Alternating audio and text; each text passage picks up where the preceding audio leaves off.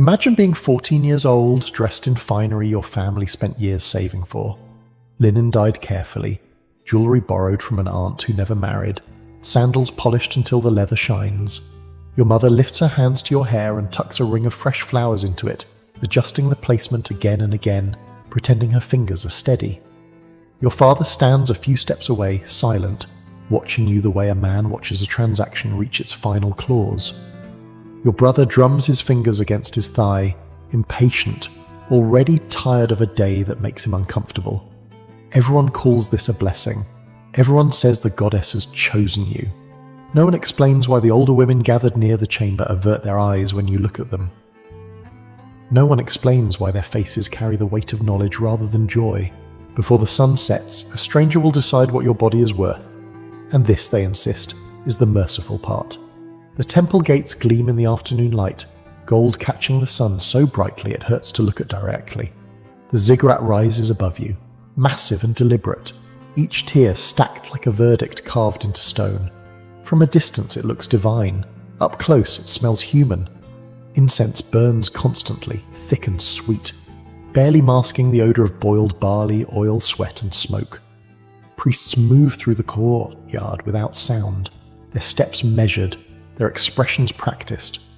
Slaves pass with baskets heavy with offerings, grain spilling through woven reeds, silver clinking softly beneath cloth. Somewhere inside, beyond layers of walls and curtains soaked in perfume, a ritual waits for you, has been waiting longer than you have been alive. A priest places a rope crown into your hands. It is soft, braided from plant fibre, lighter than you expected. Another priest presses a stylus into the clay, carving your name with a speed that suggests he has done this countless times before. On the altar nearby, you notice a single silver coin resting alone, positioned carefully, as if it has been placed not for the goddess, but for you, or because of you. In a few minutes you will understand why your parents brought you here. In a few minutes you will understand why the temple doors lock from the inside. In a few minutes you will learn that this ritual has nothing to do with devotion and everything to do with ownership. This is not myth. This was Babylon, a system so normalized that ancient writers described it without hesitation, and so unsettling that modern historians still argue over whether the truth is too disturbing to accept. The debate itself is revealing. When history becomes uncomfortable, denial often follows, but the clay tablets do not deny. They record. Her name is Beltani, and this is where her story truly begins. She stands at the threshold of Ishtar's temple with other girls arranged beside her in careful rows. Some are older, their faces composed, eyes trained forward. Some are younger, confusion flickering beneath their forced smiles. A few stare at the floor as if hoping it might open and swallow them. A woman steps forward and places a thin cord into Beltani's hands. It is coiled neatly, soft to the touch. "A crown for the holy," the woman says. The cord is lifted and set upon Beltani's head. It does not sparkle, it does not elevate, it tightens. Beltani smiles because everyone else is smiling. She eats the barley cakes she is given. She drinks the sweet beer. She bows when told to bow. She learns the hymns, her voice small, nearly lost beneath the chanting that fills the courtyard. The words praise Ishtar, goddess of love, war, fertility and power. They speak of abundance and favour, of the city flourishing beneath divine protection. Herodotus would later describe this scene bluntly. Women seated, rope crowns on their heads, men choosing as they passed. Scholars centuries later would argue that he misunderstood, that he exaggerated, that he projected foreign disgust onto sacred custom. The tablets do not argue.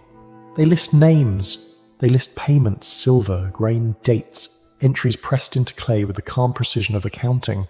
They were written to count, not to question. This is where the story stops pretending to be sacred and begins revealing itself as transactional. Training comes quickly.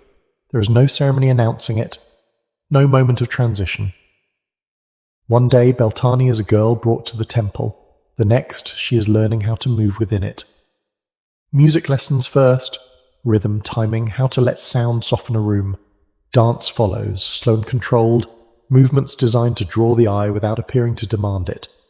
Perfume is introduced not as luxury, but as tool. She learns which oils are used for which men, which scents signal youth, which suggest experience. A woman named Beltani oversees much of this training. She speaks gently, efficiently, as if explaining household chores. This, she says, guiding Beltani's hand, is how you lower your gaze, not too fast, not too slow. It must look like turquoise. A boy with ink-stained fingers appears one afternoon and presses Beltani's name into a fresh tablet. He murmurs a word as he works, barely louder than the scratch of the stylus. Kadisu! The word is spoken with reverence, but it feels heavy. Title and trap at once. The priests explain the theology in calm, reasonable voices. To please Ishtar is to please Babylon. To please Babylon is to ensure good harvests, healthy births, secure trade routes, victory and war. The logic is clean, almost elegant. Individual cost is never mentioned. The city comes first, it always has. On paper, the kadisu are protected. The law recognizes them. They receive wages. They hold legal standing unusual for women of their time. They wear clean linen. They are educated. They can read sacred signs pressed into clay. From the outside, it looks like status, like privilege. But the tablets never record consent, and they never record departure. In life, Beltani belongs to the temple. At night, when the lanterns are lit and Babylon settles into its low, constant hum, the inner court changes. The outer doors are drawn shut, heavy wood sealing the sacred space. But men still enter. Merchants with covered faces, soldiers return from duty carrying impatience and coin, travellers from distant cities, their accents thick, their offerings varied. They do not linger, they pay. Priests guide them behind low curtains where the kadisu wait. Coins pass from hand to hand, portions are set aside for sacrifice. Everything else disappears into the temple stores. Devotion becomes routine. Beltani watches an older woman leave the enclosure one night. Her posture is perfect, practiced. A coin rests in her lap, fingers folded neatly over it. Her eyes are trained not to linger anywhere for too long. No one shames her, no one mocks her. The city respects her for having served, and yet her life has already narrowed beyond recognition. She will not marry as other women do. She will not raise children within a household that belongs to her. Her future has been decided without a single spoken sentence. No one threatens Beltani, no one restrains her. Still nothing belongs to her time. A woman who cannot leave is not staying by choice. Days fall into order. Bells wake her. Rations decide her meals. Names spoken by priests decide when she serves. The work becomes predictable. What weighs on her most is not the ritual itself, which dulls through repetition, but the hours afterward. When the incense fades, when the chants die down, when the city's noise creeps back in through the walls, that is when the temple feels smallest. That is when the future disappears entirely. Names vanish quietly. One day a mat is folded, a space is empty. Another girl takes it without comment. When Beltani asks where the older women go, Beltani touches her hair gently and says, "To the goddess." Her eyes tell a different story, and Beltani begins to understand that in Babylon, sacred language does not soften reality. It organizes it. As the seasons turn, the temple becomes familiar in ways Beltani never wanted. The stone corridors no longer confuse her terror. She can navigate them in the dark by memory alone. She recognizes footsteps by sound, can tell a merchant from a soldier before she ever sees his face. She knows which offerings carry the sharp scent of foreign roads, which men bring wine, which bring impatience, which bring neither, and simply wish to finish what custom requires of them. She learns the sound silver makes when it strikes a clay bowl, the dull finality of it, and how quickly each coin is counted, sealed, and absorbed into the machinery of the temple. An accountant once tells her she brings good fortune. He smiles when he says it. She looks past him at the storerooms stacked with grain and sealed jars of silver, and understands exactly what that praise means. Inside Ishtar's walls, the kadisu are spoken of as sacred. Outside, their names are lowered in conversation.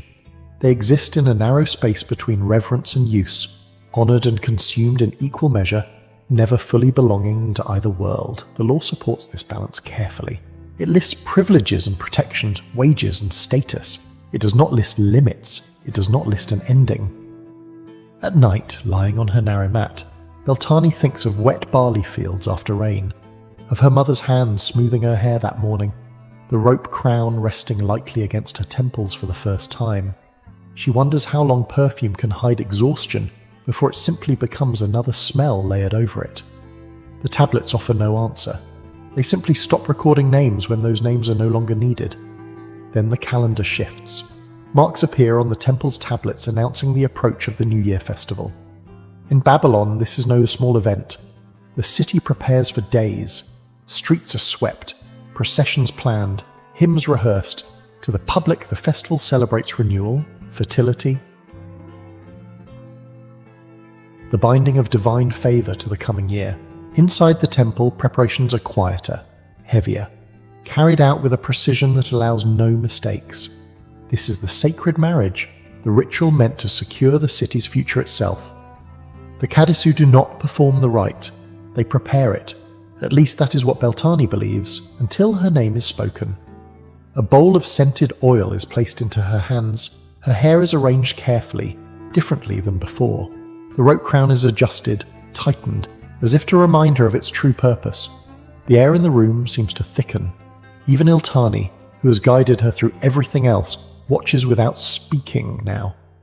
"What must I do?" Beltani asks, her voice steady, only because she has learned how to make it so. The priest answers calmly, without threat, without urgency. What the goddess requires. The inner chamber is dim, lit by only a few lamps.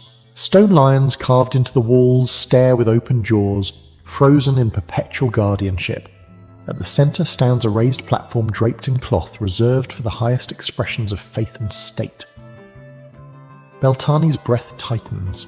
She has learned enough to recognise danger even when it wears sacred language. Footsteps echo beyond the doorway. Someone important is approaching. King or noble, it no longer matters. His presence shifts the room before he even enters. In that moment, Beltani understands that whatever lies beyond the next curtain will shape the rest of her life, not through violence, but through permanence. This ritual does not bruise the body, it binds it. The chant begins.